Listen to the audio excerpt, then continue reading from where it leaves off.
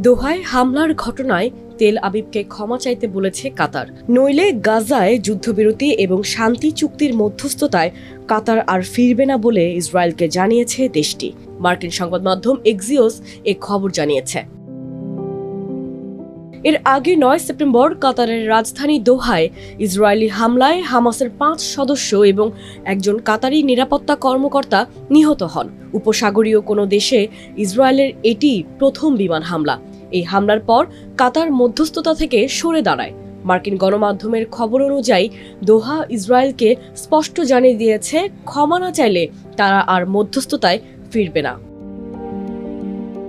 ইসরায়েলের প্রধানমন্ত্রী নেতানিয়াহু এর আগে কাতারকে সন্ত্রাসীদের আশ্রয়দাতা বলে অভিযুক্ত করেছিলেন এবং ভবিষ্যতে আবারও হামলার হুমকি দিয়েছিলেন। তবে দোহায় হামলার পর ইসরায়েল বুঝতে পেরেছে যে তারা একটি বড় ধরনের সংকট তৈরি করেছে। এক জ্যেষ্ঠ ইসরায়েলি কর্মকর্তা বলেছেন, কাতারে হামলা চালালে যে বড় ধরনের সংকট তৈরি হতে পারে সেই সম্ভাবনাকে ইসরায়েল অবমূল্যায়ন করেছিল।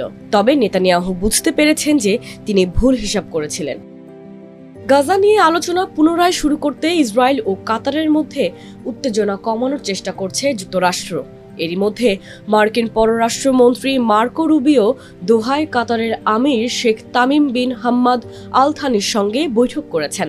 কাতারের পক্ষ থেকে এই ক্ষমার অনুরোধ সরাসরি আমিরের কাছ থেকে এসেছে বলে জানা গেছে।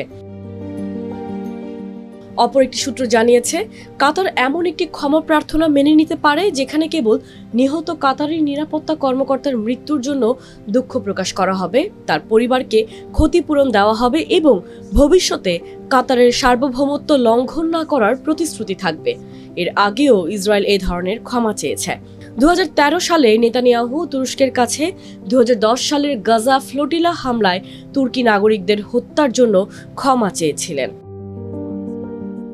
দোহায় হামলার পর থেকে ইসরায়েল এবং কাতারের মধ্যে সম্পর্ক বেশ জটিল হয়ে উঠেছে।